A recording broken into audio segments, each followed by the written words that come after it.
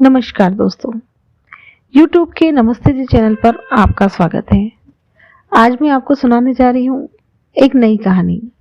तो चलिए शुरू करते हैं।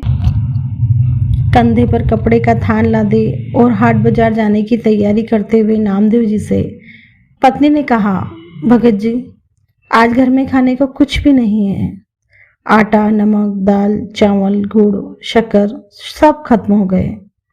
शाम को बाजार से आते हुए घर के लिए राशन का सामान लेते आइएगा। भक्त नामदेव जी ने उत्तर दिया, देखता हूँ, जैसी विट्ठल जी की कृपा। अगर कोई अच्छा मूल्य मिला तो निश्चय ही घर में आज धन धान्य आ जाएगा। पत्नी ने कहा, संत जी, अगर अच्छी कीमत ना भी मिले तब भी इस बुने हुए धान को बेचकर कुछ राशन तो ले आना। घर के बड़े बूढ़े तो बर्दाश्त कर लेंगे, पर बच्चे अभी छोटे हैं, उनके लिए तो कुछ ले ही आना। जैसी मेरी विट्ठल की इच्छा। ऐसा कहकर भक्त नामदेव जी ने हाट बाजार को चले गए। बाजार में उन्हें किसी ने पुकारा, वाह साई, कपड़ा तो अच्छा बुना है और ठोक भी अच्छी लगाई है। तेरा परिवार बसता रहे। ये फकीर ठंड में काप काप कर मर जाएगा। दया के घर में आ और रब के नाम पर 2 चादरों का कपड़ा इस फकीर की झोली में डाल दे। भक्त कबीर जी ने पूछा, 2 चादरों में कितना कपड़ा लगेगा फकीर जी? फकीर ने जितना कपड़ा मांगा, इत्तेफाक से भक्त नामदेव जी के थान में कुल उतना ही कपड़ा था और भक्त नामदेव जी ने पूरा थान उस फकीर को दान दे दिया। दान करने के बाद जब भक्त नामदेव जी घर लौटने लगे तो उनके सामने परिजनों के भूखे चेहरे नजर आने लगे। फिर पत्नी की कही बात कि घर में खाने की सब सामग्री खत्म है, दाम कम भी मिले तब भी बच्चों के लिए तो कुछ ले ही आना। अब दाम तो क्या, थान भी का दान भी जा चुका था। भक्त नामदेव जी एकांत में पीपल की छांव में बैठ गए।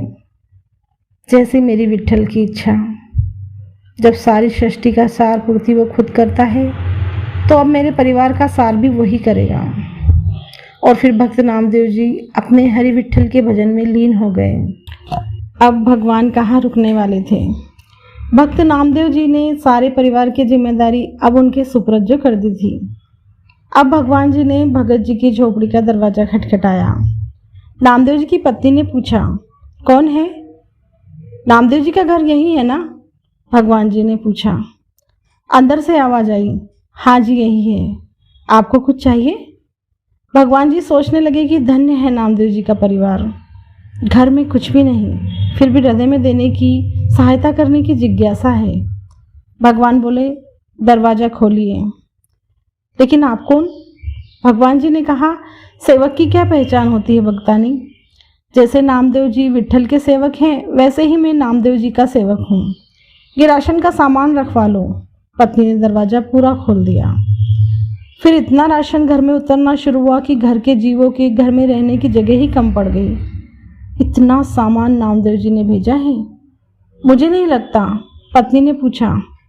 भगवान जी ने कहा, हाँ भक्तानी, आज नामदेव जी का थान सच्ची सरकार ने खरीदा है। जो नामदेव का सामर्थ्य था उसने भुगता दिया, और अब जो मेरी सरकार का सामर्थ्य है वो चुकता कर रही है। जगह और बताओ। सब कुछ आने वाला है भगत जी के घर में। शाम ढलने लगी और रात का अंधेरा अपने पांव पसारने लगा था। सामान रखवाते रखवाते पत्नी थक चुकी थी। बच्चे घर में अमीरी आते देख खुश थे। वो कभी बोरे से शक्कर निकाल कर खाते तो कभी गुड़, कभी मेवे देखकर मन ललचाते और झोली भर भर के मेवे लेकर बैठ जाते। उनके बाल मन अभी तक तृप्त नहीं हुए थे। भक्त नामदेव जी अभी तक घर नहीं आए थे, पर सारा सामान लगातार आना जारी था। आखिर पत्नी ने हाथ जोड़कर कहा, सेवक जी, अब बाकी का सामान संत जी के आने के बाद ही आप ले आना। हमें उन्हें ढूंढने जाना है, क्योंकि वो अभी तक घर नहीं आए।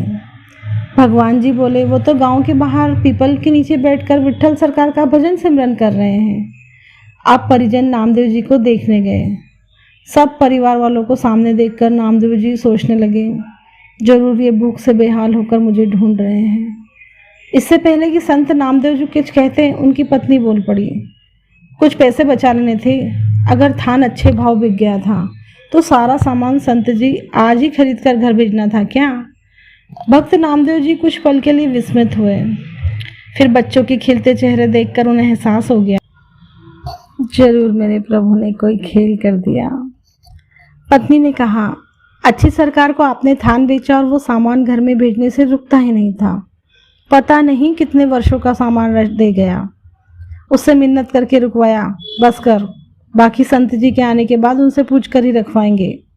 भक्त नामदेव जी हंसने लगे और बोले, वो सरकार है ही, जब देना शुरू करती है तो सब लेने वाले थक जाते हैं। उसकी बख्शिश कभी खत्म नहीं होती।